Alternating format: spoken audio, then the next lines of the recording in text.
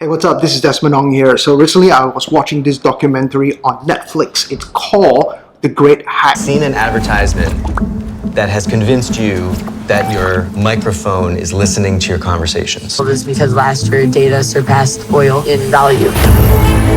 We targeted those whose minds we thought we could change until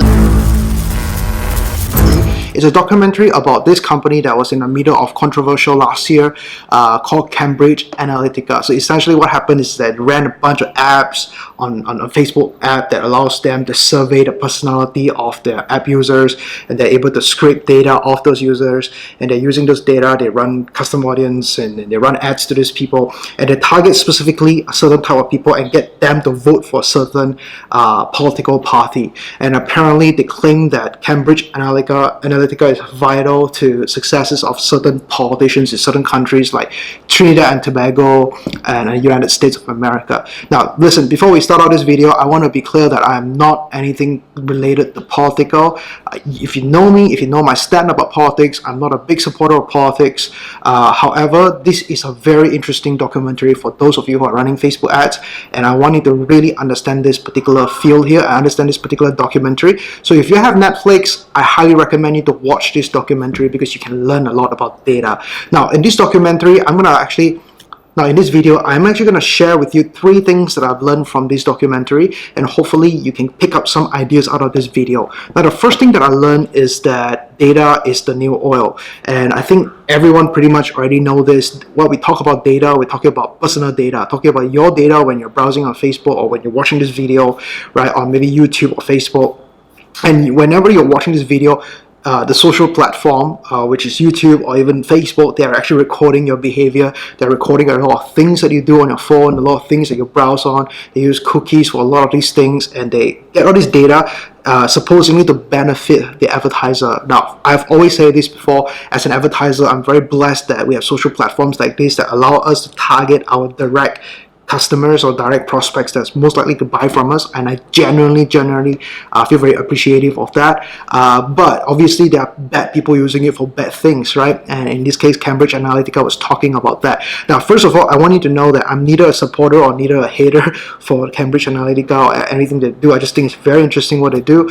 Just to give you a context, what they do is that they actually gather a bunch of people's data, like millions and millions of people's data, literally a population of a country, and then they ran ads to those data. And specifically, this is where I want you to talk about point number 2, which second thing that I learned from this particular documentary is the fact that they focus on targeting what they call the persuadable, which basically means the people that are on the fence. So let's say in America we have the 2 major parties, right, which is the Democrat and the Republican, right? And then there are a bunch of people in the middle that is unsure, and they probably not. They like some of the things Democrats offer, they like some of the things that Republicans offer, hence they're in the center.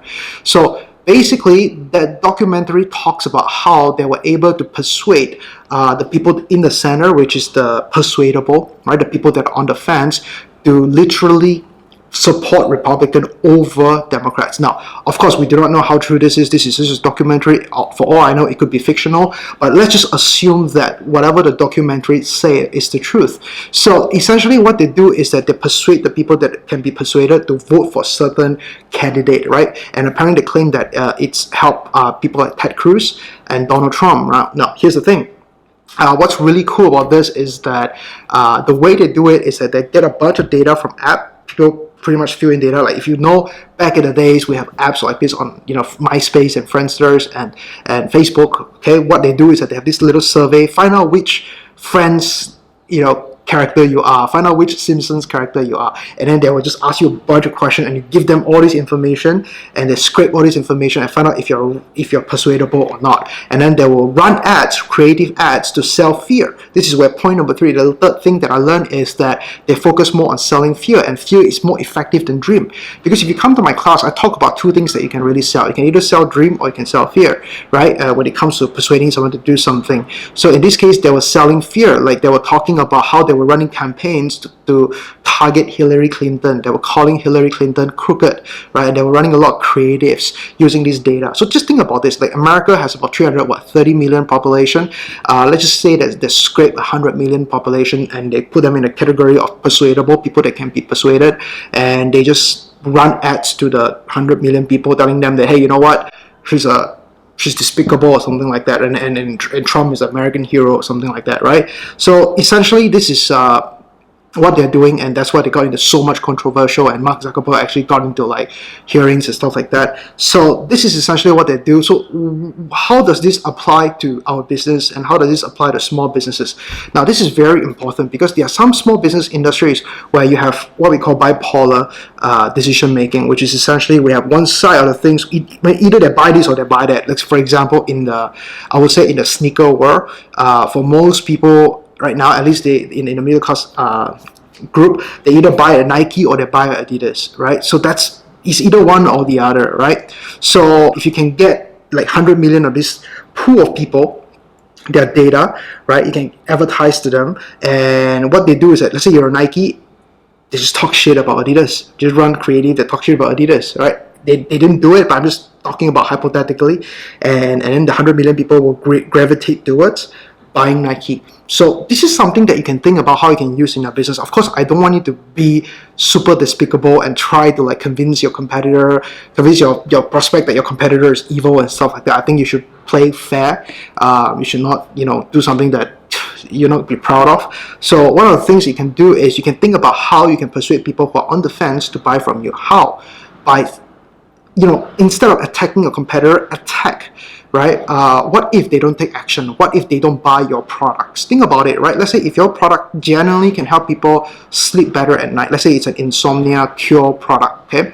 And a prospect don't buy, you can retarget them and essentially tell them that if you don't buy this, you're not going to sleep well, you're not going to be productive, you're gonna get fired at your job because you don't sleep well and you cannot be productive and you cannot do great work, right? And your boss is gonna lay you off. So that's how you sell it, and that's what you can do. And that's one thing that you can learn how the Great Hack documentary actually teaches you. So if you have the time, go watch the Great Hack. I think don't listen to everything it says. Of course, be open-minded about this. Think. I always say this: rich people like to think, poor people like to let the rich people do all the thinking for them.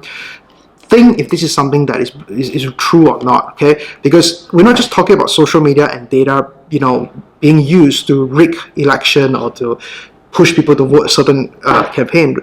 Because TV media does the same, right? And newspaper does the same. Everything can be manipulated somehow. So I just want you to be open-minded about this. Go watch the documentary. I think if you run Facebook ads and if you even do Google ads, I think you have a lot to learn out of this documentary. I hope this video helps.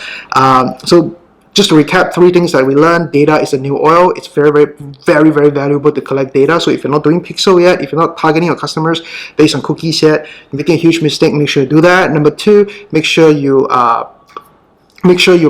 persuade the people that are on the fence, because they are the easiest to persuade. The people that are already buying your stuff, great. Of course, you advertise to them anyway, right? The people that are already most likely gonna buy your stuff, but the people on the fence, you can still get them to you just by attacking the fear of not taking action, basically the fear of if they don't do anything to fix their problem right now, okay? And third, fear seems to be more powerful than hope, pleasure, and dream. Hey, thank you so much for watching that video. If you like more videos like this, watch some of our previous videos here, and make sure you subscribe and turn on notification to our channel, because I don't want you to miss out any of our upcoming videos.